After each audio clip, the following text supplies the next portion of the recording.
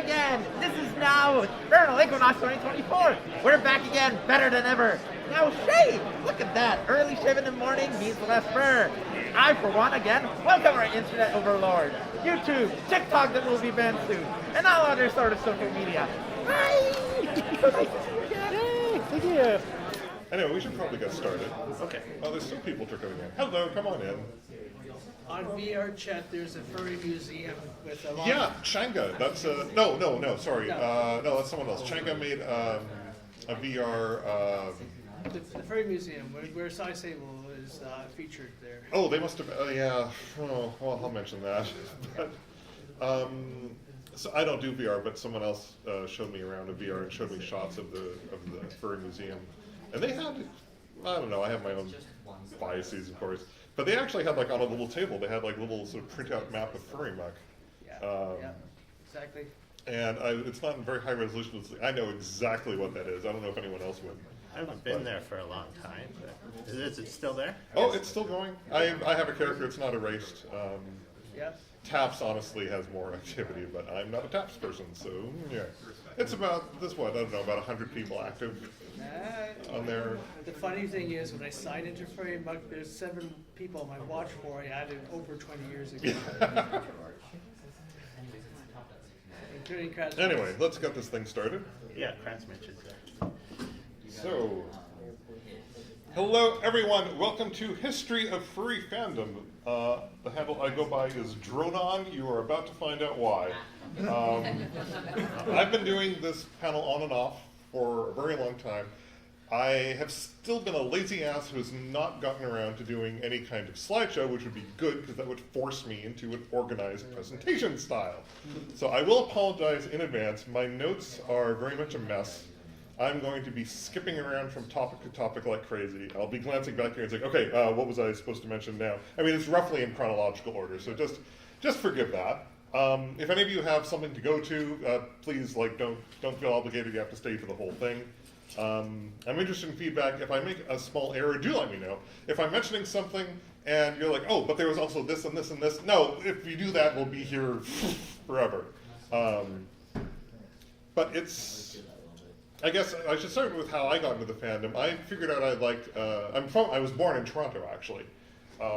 And I figured out I liked anthropomorphic stuff when I was 12. I saw a magazine article that used the word anthropomorphic, and I didn't know what that meant. I looked it up in the dictionary, and I had this sort of realization moment. Like, I was 12, I was watching all these TV cartoons, but I was growing out of them. But I was still watching some, but not others. And I couldn't figure out why I liked some and not others. And when I read the definition for anthropomorphic, I was like, that's it. The talking animal ones are all the ones that I like. And then I didn't really find out about the fandom for years and years and years. And oddly, most people kind of stumble into the fandom by accident. In my case, the fandom came to me. Kratzmensch, that we were just mentioning over here, also local furry. We were on a computer message board together. And it wasn't like a furry message board or anything. We were just there. And we were hanging out at a donut shop. And just out of the blue, he pulls furry art out of his bag and says, hey, what do you think of this? And I was like, holy shit, this is the kind of thing I've been looking for years. He's like, oh yeah, there's this whole like subculture. And I'm like, what? Because this was 2 weeks before I was leaving home for the first time to go to college. So I was immediately cut off from finding about this thing. And that was early 1990s. And I wouldn't say, Bungie and I are very early furry fans from Toronto. We've been in the local community forever. And a lot of us were on, Kratzmensch had a message board, but we were a bunch of socially awkward introverts. I mean, we had no organizational power. We could barely invite 3 of us together and have pizza. It was the generation that came after us that were more extroverted, had all the organizational ability. Those were the people that started Camp Feral, and then the generation after that started this convention. If there's any remnant of me around here, I am responsible for what ended up becoming improv, both here at Camp Feral. So that is my fault. Otherwise, no one remembers me or who I am. I lived in Winnipeg for many, many years, and I was like a furry organizer there, but in the last 2 years I've moved back to Ontario, still kind of getting back into the groove. So I guess I should just ask in general, for how many people here it's like your first convention? Just hands up. Okay, decent number. How many of you got into the fandom either during the pandemic or after pandemic? A few. Okay, how many people that came into the fandom like maybe 10 years ago-ish? Some? More than 15 years? More. Okay, they're the people who are like, all right, we're gonna see. We're just gonna see what you're saying here. So, More than 20 years? is Bash here? Is Bash here? No. Bash does a wonderful history panel as well about the history of conventions. I only found out about it like 2 months ago. It's an amazing panel. He's apparently been doing it for years. He's got like slideshow and everything, and I just blab. It's very difficult to talk about the beginning of the furry fandom because it's a very slow progression. There's the historical events in the fandom are sort of kind of random. It's more like early fandom is like just individual people just kind of gradually becoming aware from each other and all these little dots kind of coagulating. And I don't want to inundate you with tons of names, like you're going to have to remember any of this. I mean, I'm going to be throwing some names at you. But I mean, this is nothing you have to like specifically remember. I just want to get across an idea of the evolution of the fandom. And we're a relatively young fandom. I mean, it really started mid-70s. But anthropomorphic stuff goes back, all the way back. There is a carved mammoth tusk that's got like a German name I can't pronounce. It's carved to look like a lion man, and it is dated to 40,000 years old. It is absolutely ancient. And we've had animal characters in mythology, but a lot of the time, all these characters are either part of myth, or they're part of religion, or they're part of satire. But most of all, what human society has been doing just for thousands and thousands of years is we use them for storytelling. Animal characters make for great stories. Hey, Uncle, tell us a story kind of about how Coyote like stole all the villagers' food, you know, that sort of thing. And what we do is we basically, what is anthropomorphism? We're applying aspects of ourselves onto an animal. An animal becomes a mirror for ourselves. And we've been doing that before, and we're doing it now. The difference is there hasn't been a fan club for it until relatively recently. But I mean, some other examples of some very furry stuff from the past. I mean, during the medieval period in France, you had what's called the Renard cycle, Renard the Fox. That was sort of political and religious satire. In the Far East, you had Monkey King, also known as Journey to the West. And then sort of more recently, like late 1800s, and then all through the 20th century, you had a lot more animals in storybooks. So you had Alice in Wonderland, Black Beauty, the Jungle Book, Peter Rabbit, The Island of Dr. Moreau, even more recently, 1970s, Wind in the Willows, Watership Down. Then you get into really recent stuff, so Redwall, Animorphs, Warrior Cats. Yeah. So, it's interesting because whenever you talk to furry fans, you can kind of date them roughly by when they were growing up, by what sort of were their inspirations. And, there was also talking animal stuff for adults in the 20th century. So George Orwell's, Animal Farm. There was a very popular 1960s comic strip called Pogo, and that was social and political commentary. And then, of course, you had sort of reactionary, post-hippie, underground, very adult, Fritz the Cat. Nothing to do with furry fandom, but I mean, this is stuff for adults. But at the same time, you had Warner Brothers and Disney basically beginning to market this stuff more and more towards kids. And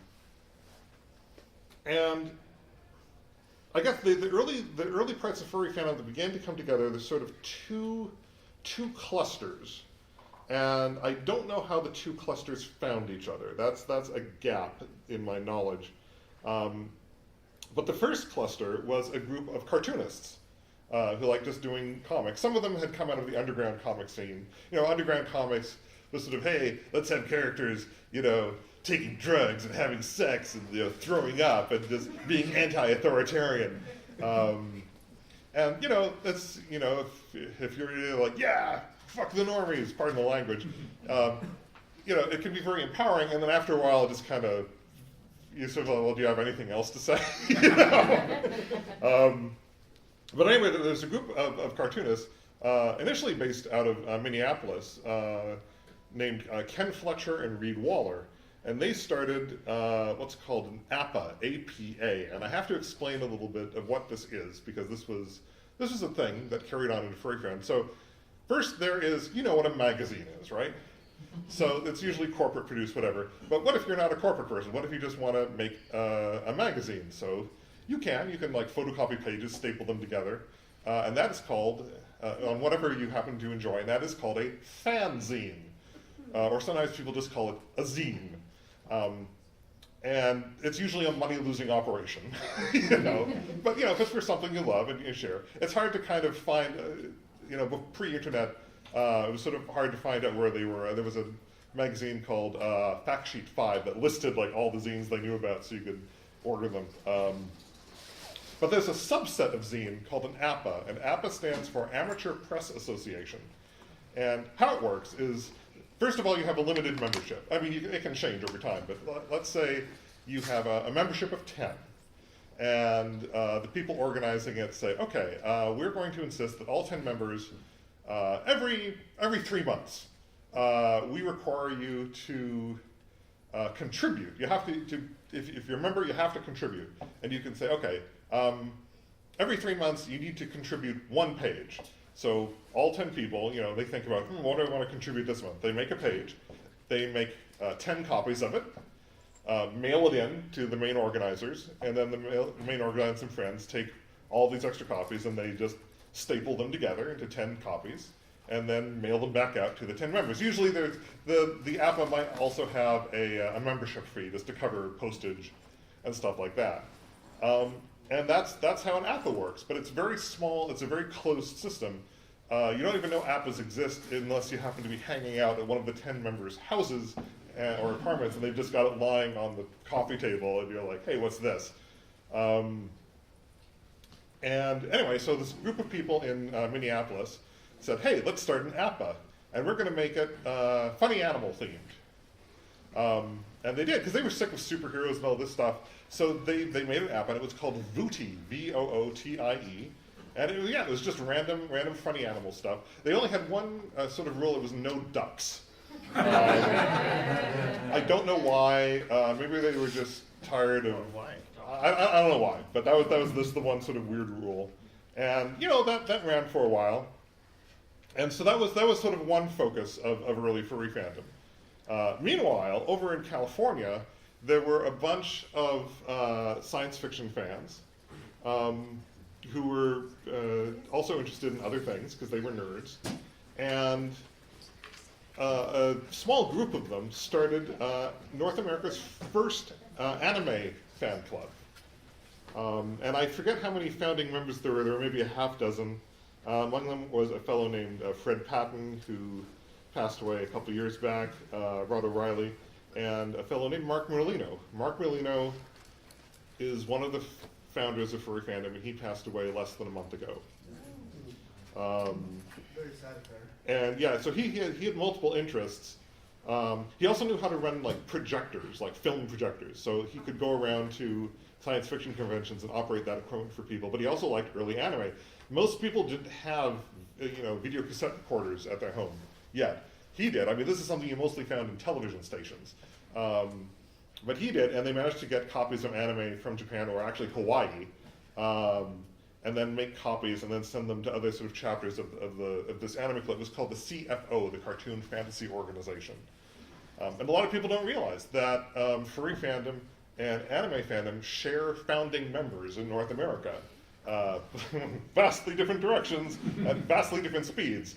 But that's a very interesting core. And that's how they found out about they'd watch anime at their meetings, and then a couple of the members there, including Patton and Merlino and some other folks, realized, oh, hang on, we also like talking animals, not just anime. And that's how they began to realize that. And like I said, I don't know how they got in touch or found out that the Vootie APA people existed, but they did. And it's really hard to, that's why it's so hard to describe the early days of the fandom, and how the fandom would grow very, very slowly. I mean, and this is we're talking mid to late 1970s here. But even through the 90s, like if you were a geek or a nerd, it was tough in those days, a lot tougher, because you didn't have internet and you were sort of mocked as a social outcast. But you know, you liked something a little bit weird, a little bit offbeat. Maybe you still liked, you know, funny animals, talking animals. You didn't even have the word anthropomorphic or furry for it yet.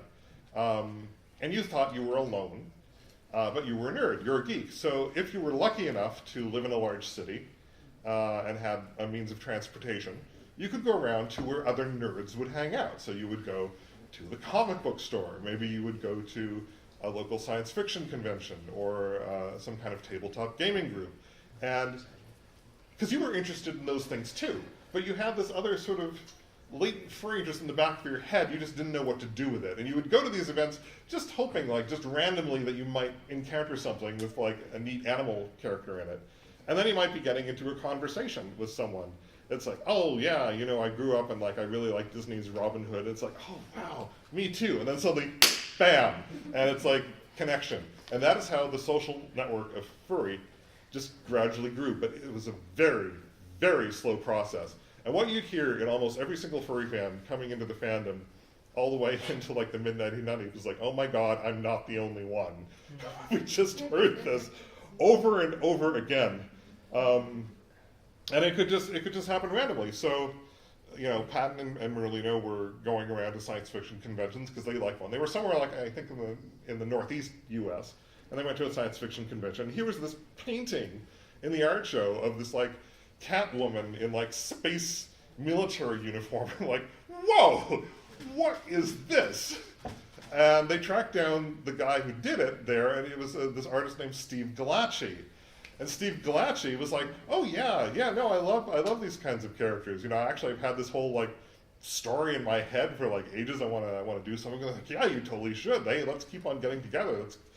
Let's keep on getting in contact. And so science fiction conventions with this sort of small cluster of people also was a very early aspect of furry fandom beginning to form, mainly on the West Coast, mainly around California, because that's where they happened. Well, actually, no, Galacci, I think, was up in Seattle. But that was starting to happen. So now you began seeing room parties at science fiction conventions where they'd hang out and just talk anthropomorphics. So now we get around to 1984, and we kind of give this as an unofficial start date of the fandom because of kind of two factors. First of all, so I mentioned the Voodies APA. It just died. It loses momentum. People have stuff to do. Actually, there was a little bit of a schism in it because there was a fellow, actually, here in Toronto, still in Toronto, very curmudgeonly, very, he sticks to himself, named Terrell Wayne. And he was a member of Voodie. And I know him. Yeah, and he was like, how come there isn't more like adult stuff in Funny Animal Comics? And that caused a little bit of a stir within Voodie, not much, but anyway, just Voodie lost momentum and the editors, you know, get busy. Anyway, but a small number of them, there was like Tim Fay, Mark Schurmeister, maybe one or two others were like, no, I missed this, I want to keep this going. So they started a new zine. This one was specifically for early furry fandom, and it was called a Row Brazzle. I have a copy of one of the APAs here. And it felt a lot more amateur. There was because these were just very low-level fans, and not too many people from Voodie switched over. It was a very small number who came. So that's one of the reasons why we talk about 1984 being the start of the fandom. But also, it was around that time that someone finally came up with the term furry. I think it was the roommate of one of the people who was running the room party. And they would often, like, you know, have a little flyer on the wall or someplace in the hotel saying, you know, Saturday night, you know, room 714, you know, this way to the furry party, and there'd be, you know, drawing of a character.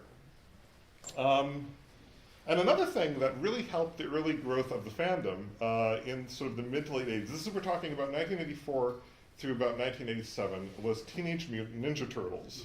Now, they had nothing to do with furry fandom. It had turtles, but they weren't inspired by furry fandom. They weren't participants.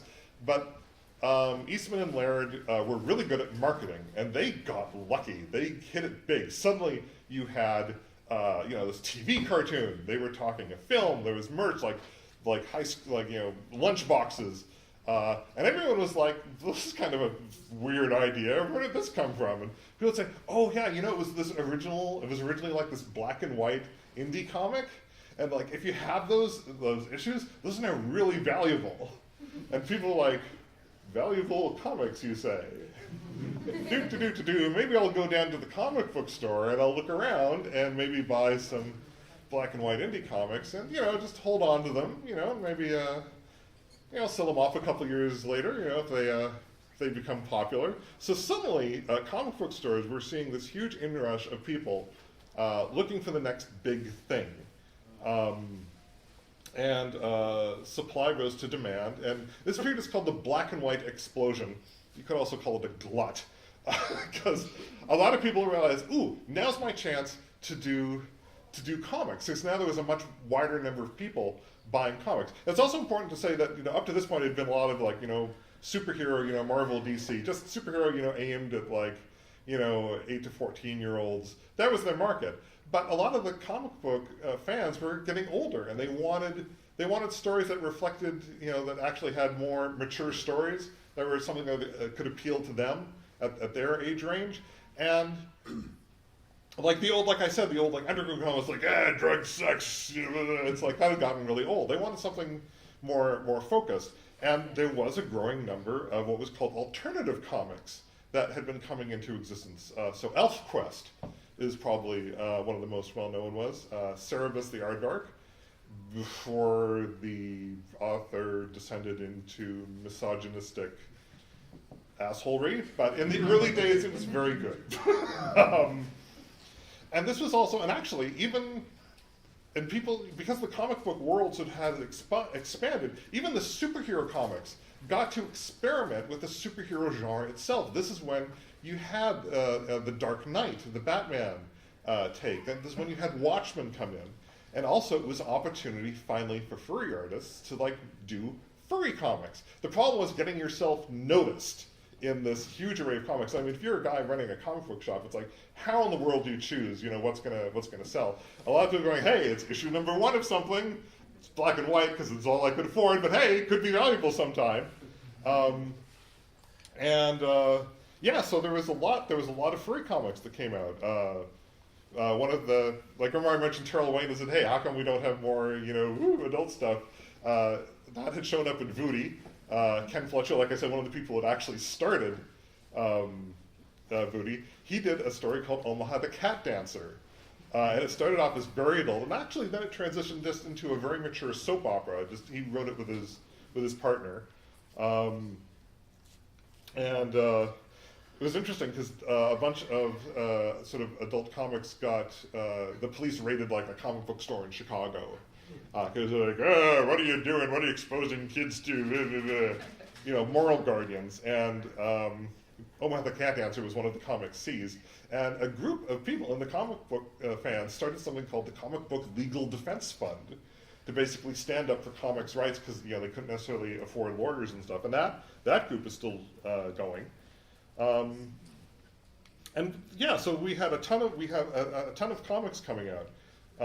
Steve Glashy, the guy who did that oil painting I mentioned, now is his chance to make a comic out of it. That was called Albedo.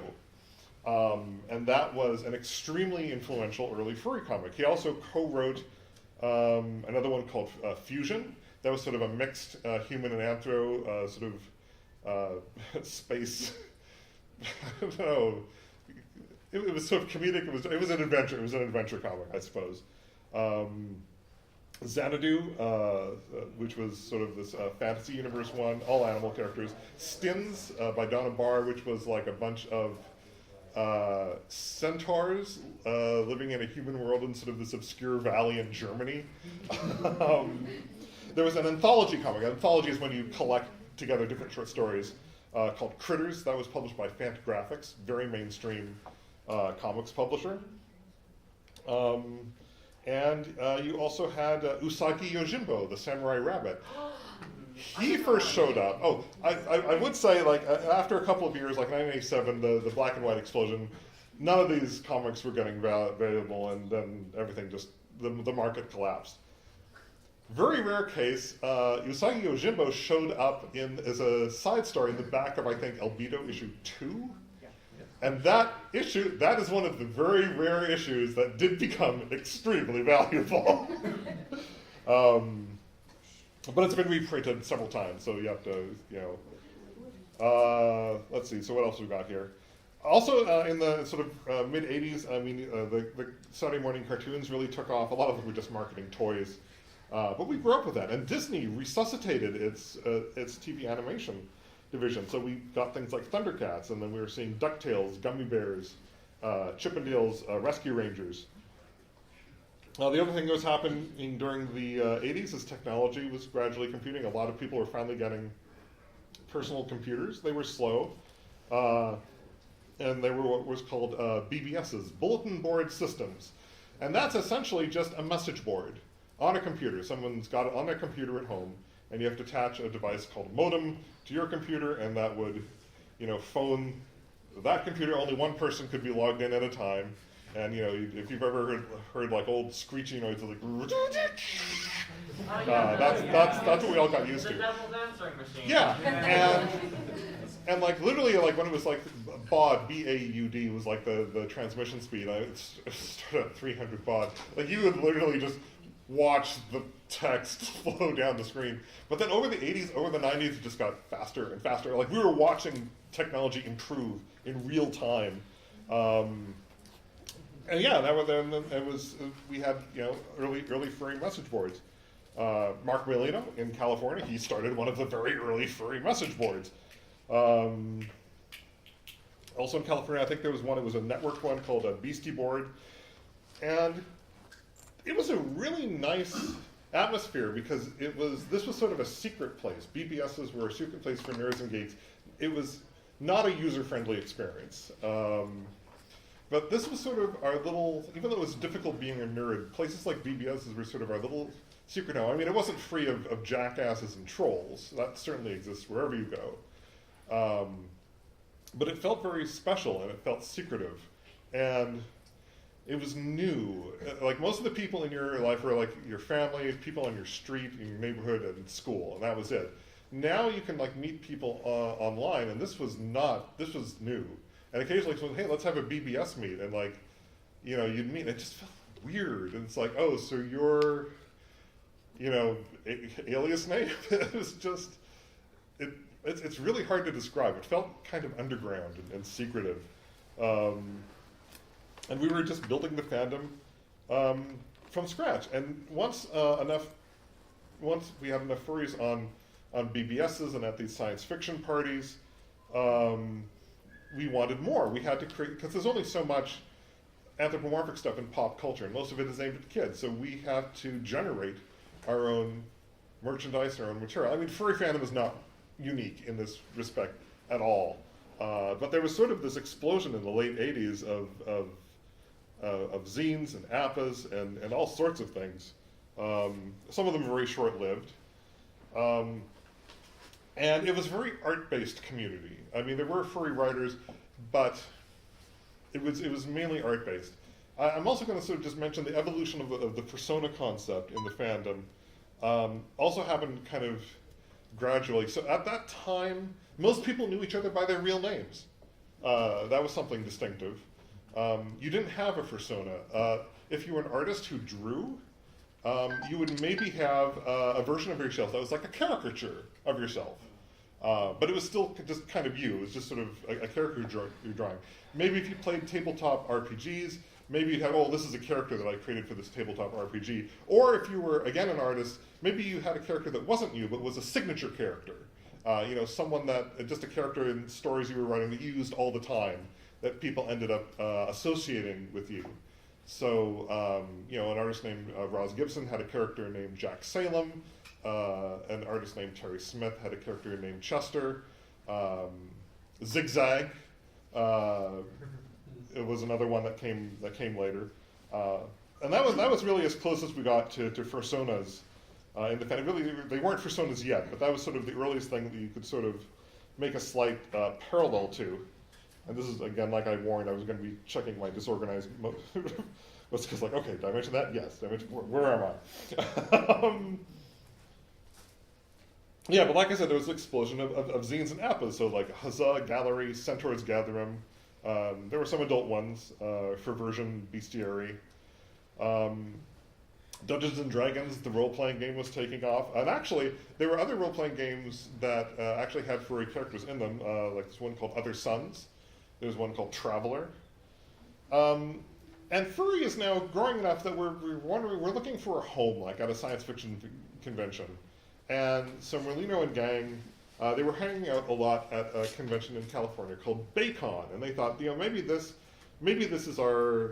should be our science fiction fandom home for our annual, party, and we should maybe do a little bit more. The problem is also that since the late 1970s, Star Wars came out, and this created a glut of really crappy science fiction. Because a lot of science fiction fans were literary science fiction. They read books, hard science fiction, and they, not all of them, but they resented this inrush of crappy science fiction fans. And so now they were seeing other people show up at the science fiction convention. They're like, hey, this is our science fiction convention. Who are these interlopers coming in? And even Furry Fandom even had a little bit of a reputation then. Like I said, they put up a flyer like, this way the furry party. It'd be like, ooh, very sexy figure, and it was defaced by some of these people. And pardon my language, this was 88-ish. Someone changed it and said, hey, this way to the skunk fuckers party.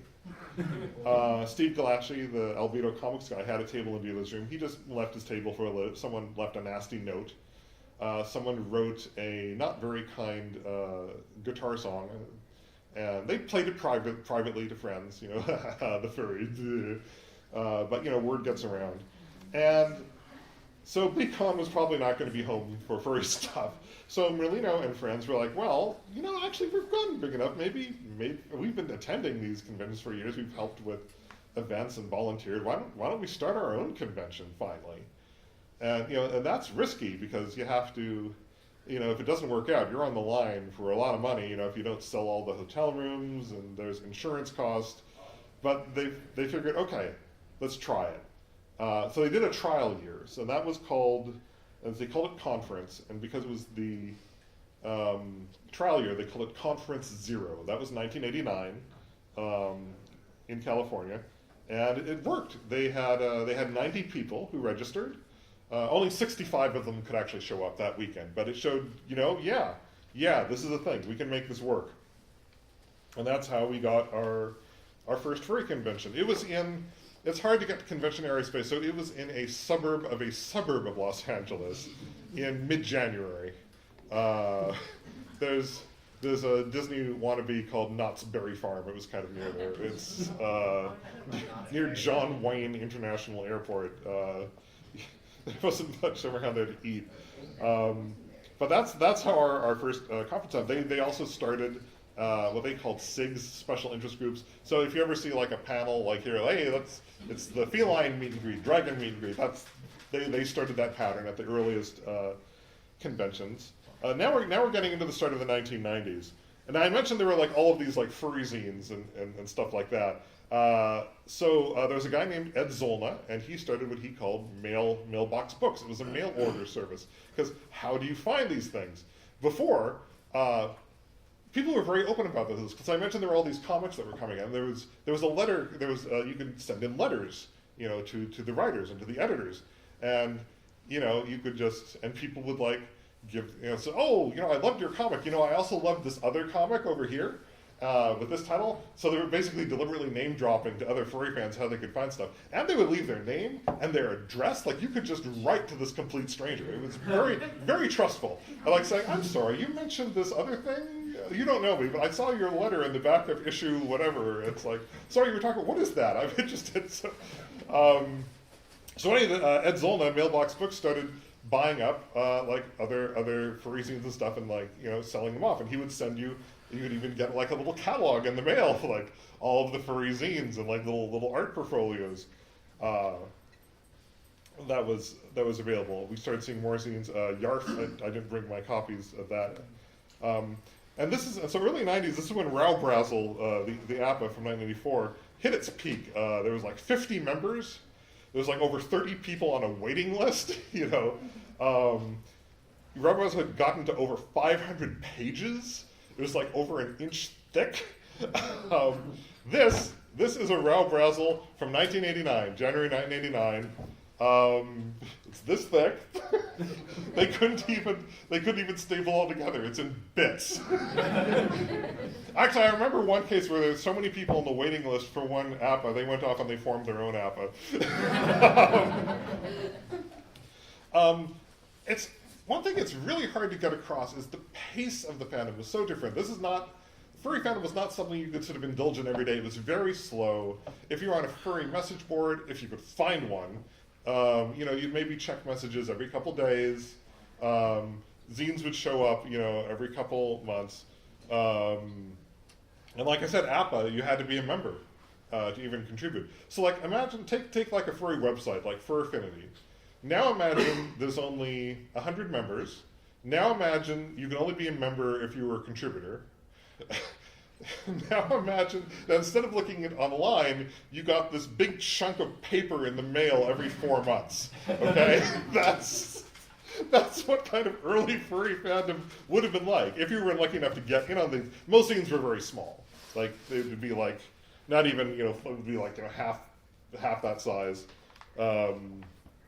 So very different pace to the fandom. It's very hard to get across. But what's also interesting is even though the internet existed, most people didn't get into it unless you would like either worked in an IT company or at a university or in the military.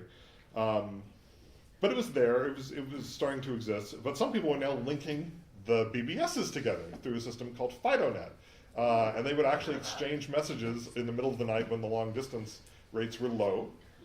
So that was a little sort of network that began to form. We didn't really have, the web really wasn't a thing yet, but someone made an FTP site with early furry art. Most people didn't even have scanners yet. It was very hard to scan artwork. People's computers' hard drives were very small, so early furry artwork, very pixelated, very low res. There was this new thing called JPEG. Or GIF. Yeah, and I remember at a very early furry community, there was like someone working on a furry computer game called Inherit the Earth. Now there was another thing on early internet called the Usenet newsgroups. And it's a bit hard to describe, like instead of like, we're used to like going to a website with a message board, right? It's centralized in one place. Usenet was the opposite, it was decentralized. But there were hundreds and hundreds and hundreds of message boards, news groups, and they usually had names like alt, alternative, fan, fill in the blank, or recreational sports, something, tennis, like that. And these were sort of, each individual server would subscribe to this, and then the messages would sort of get circulated. It's a bit hard to describe.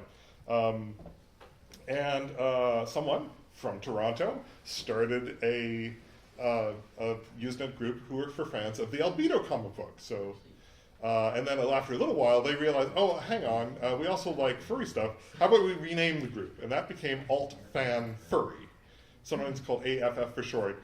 And this was a very early way for furry fans to network. Not all furry fans were on it. This is just a little portion of us. Like Mark, and interestingly enough, like Mark Molino, one of the guys had started the Furry BBS and the first furry convention and all that. He was very much a social nexus.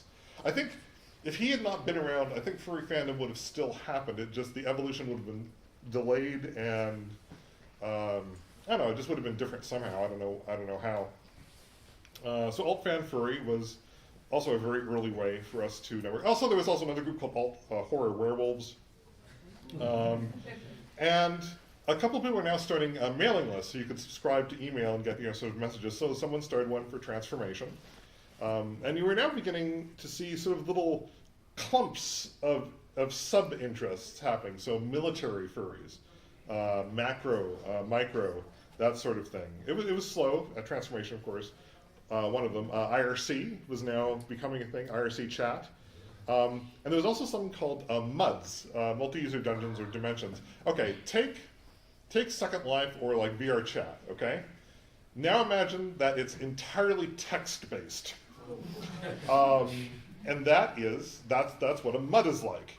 There's different kinds of MUD, mush. It all depends what slightly different version of the programming language you're using as its base. So someone created one called Furry Muck.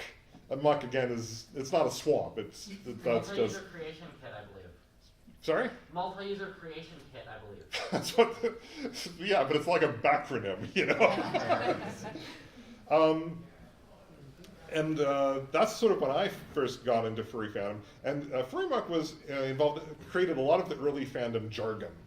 Also, this is where sort of the wolf versus fox rivalry started. That's where the term yiff originated. Anyway,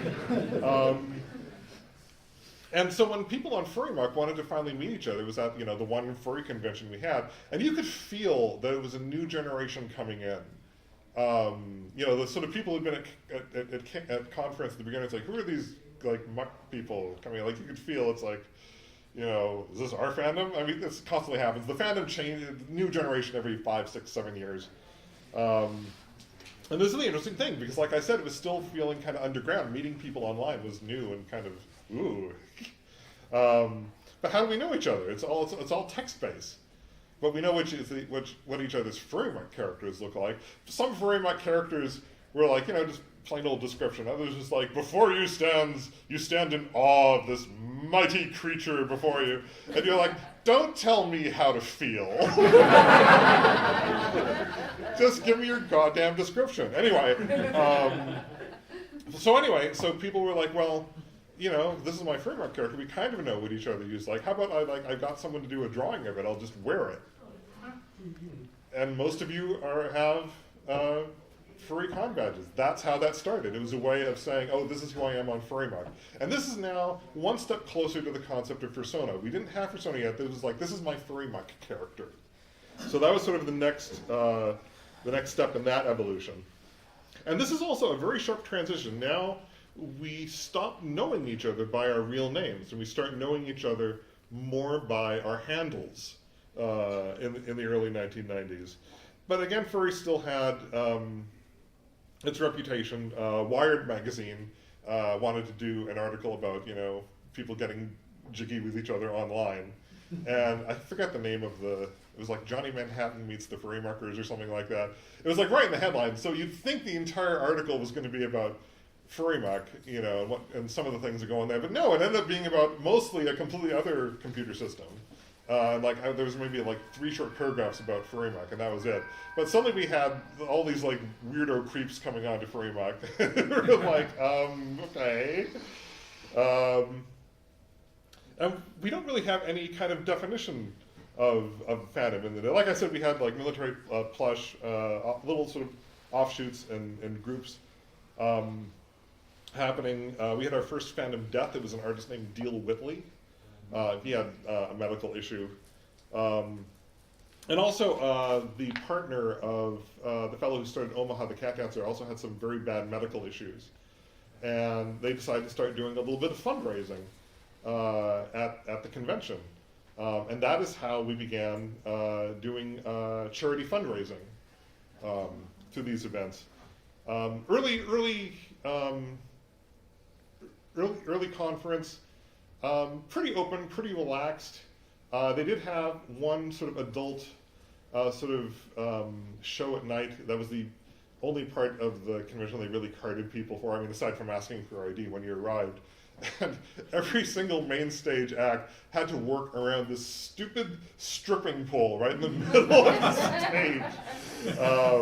It wasn't all that. It was, people could do, song and dance numbers, sketches, whatever. It was they had a whole bunch of stuff. But that was part of it. Late night.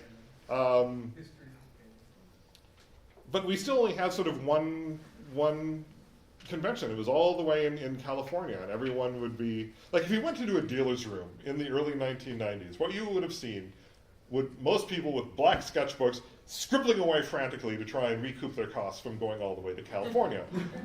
You would not have seen any fursuit stuff. There would have been a lot of tables selling old comics and and furry zines. Maybe someone saying paperback books, not so much. You would have seen people maybe selling VHS cassettes, because DVDs didn't come in until about 1995. So very, very different rhythm, even to the dealer's room. And again, most people didn't have scanners yet. That sort of came in the second half of the 1990s. Sorry, I'm just sort of making sure I'm not skipping over stuff I wanted to talk about. Blah, blah, blah. Yeah, like one of my first major furry meets, I went to a party here at a science fiction convention. A bunch of people got stuck in the elevator with like boiling sun on them. That was a little bit awkward. It was like, why is everyone wet? We left the restaurant before you. Why are you arriving after us? A fellow named Tugrik, he decided his parents were going to be away for a while, so he decided to have a furry meetup at his place in Michigan. 35 people showed up. We were sleeping everywhere. We also went out to like Cedar Point water park, and it was like roller coaster rides. Yeah, 35 people. So Michigan. But we were so desperate for furry events, we had people who came up from California. There was a couple people from Florida. There was someone from England. And from Canada, there was like 7 of us who we rented a van, right? Yeah, including one person from Sudbury. So that was an adventure. So now we're getting into about 1994. So let's see, what else has happened during this time? So, like I said, the black and white comics explosion, that kind of collapsed. No one was making money on comics. The comic book stores were struggling a lot. They were starting to close down, and then the distributors who would have sent comics to the comic book stores, those started to close down until by the late 90s there was only one left standing, and that was Diamond. So that affected. I mean, there was still furry comics being published, but now they were more.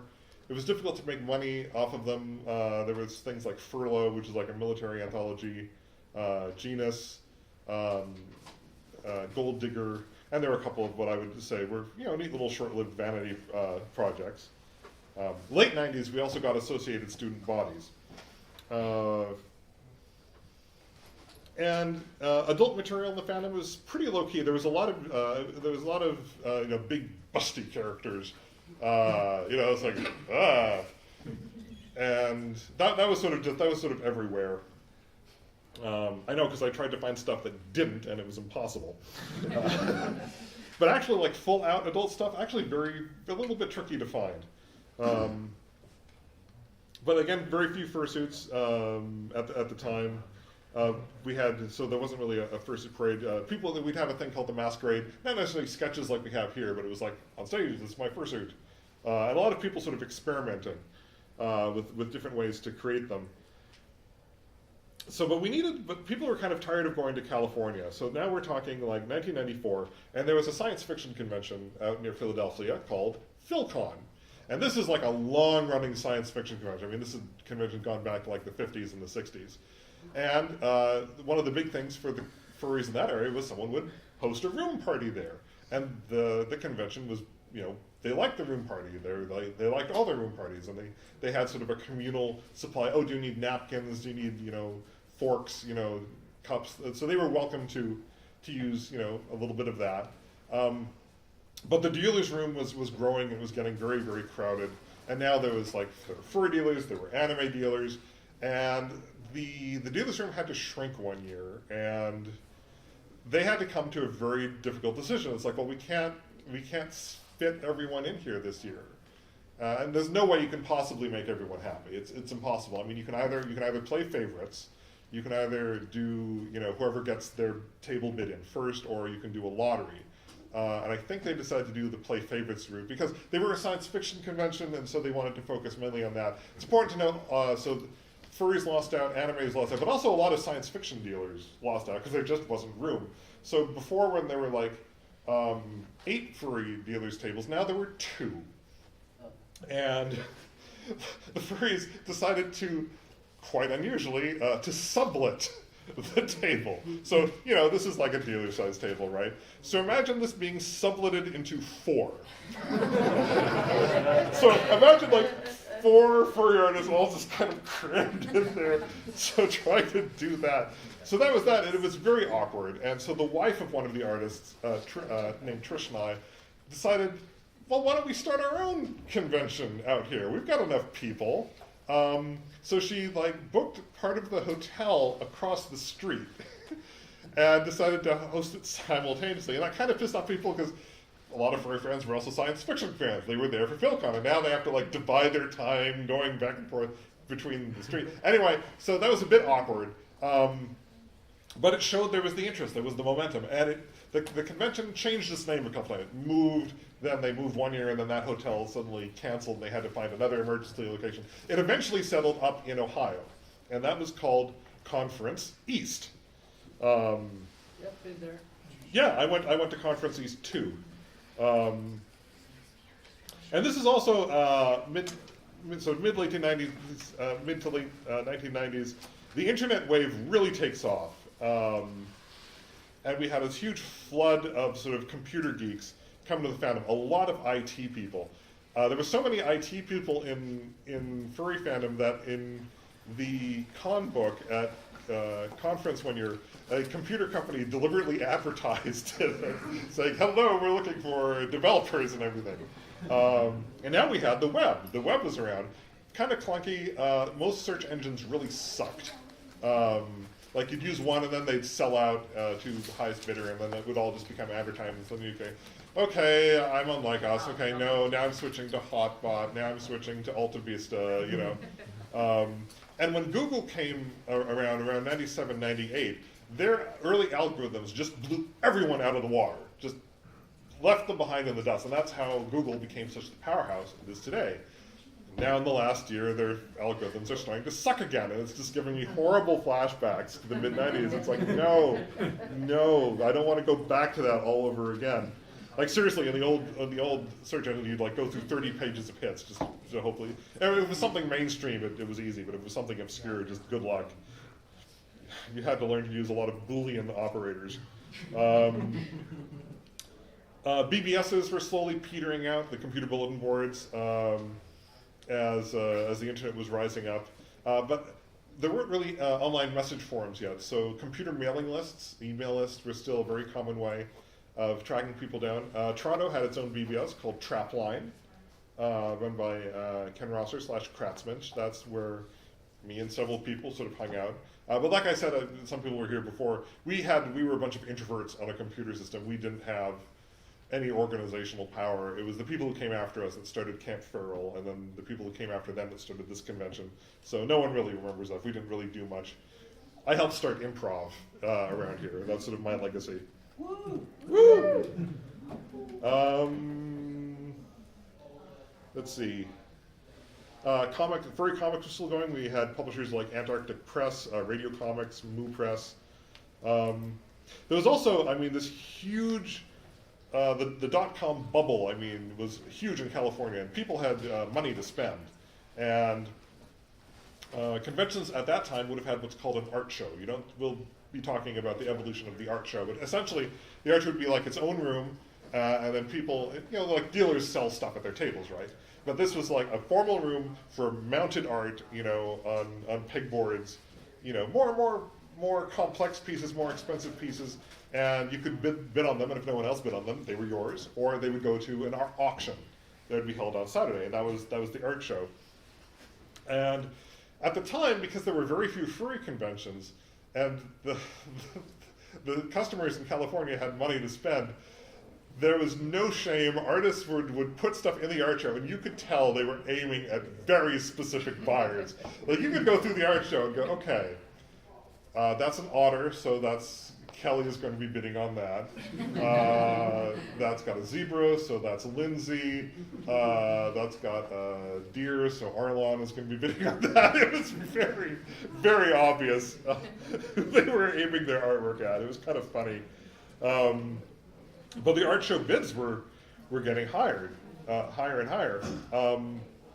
Another kind of weird thing we had happen during the 90s is Saturday morning cartoons just kind of died out. There was like changes in legislation and advertising.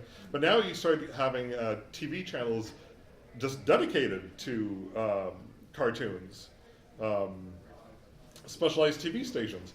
And now we're getting to see animation aimed at a slightly older audience. Simpsons and stuff like that, King of the Hill. We were gradually escaping what was called the animation age ghetto. And you also had stuff, TV shows like Tailspin and Gargoyles. Lion King, the movie came out, like, oh my god.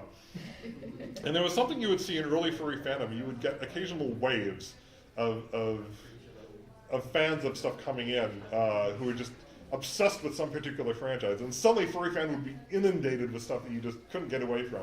So Lion King, wave. Sonic, wave. Pokemon, Digimon, wave. Balto.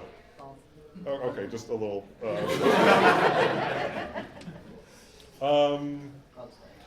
Prints, art prints, were also a huge thing in the dealer's room. So people would like print out, because again, even though people's computers were, the hard drives were gradually getting larger, screen resolution was getting larger, it was still very pixelated, so it was still nice to have a physical print on paper.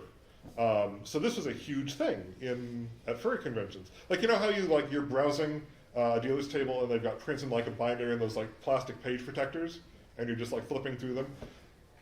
Almost every furry fan in the 1990s owned several binders like that of furry prints that they bought. And if you were an office supply store anywhere near a furry convention, guess what you sold out of real quick?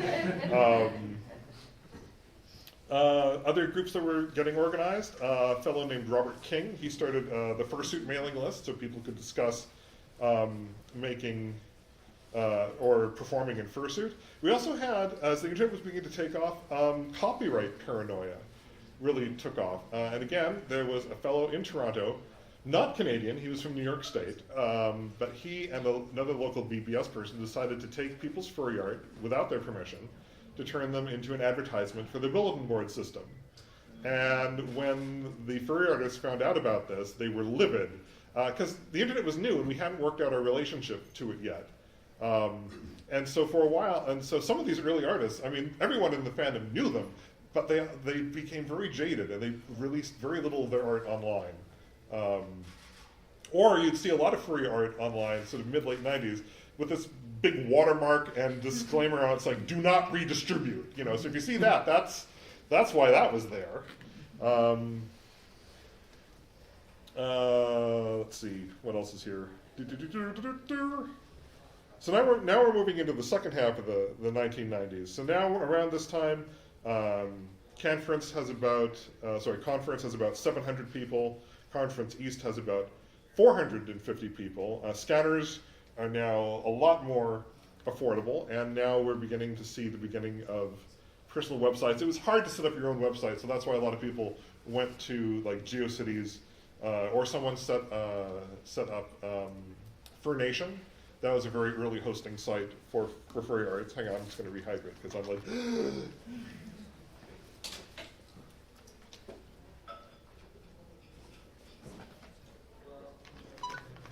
But we had lots of art sites. Furden, Tigerden, VCL, Orlando, Yerf. There are also sites that weren't strictly furry, but were furry friendly, like Side 7, Elfwood. But again, there was this nervousness because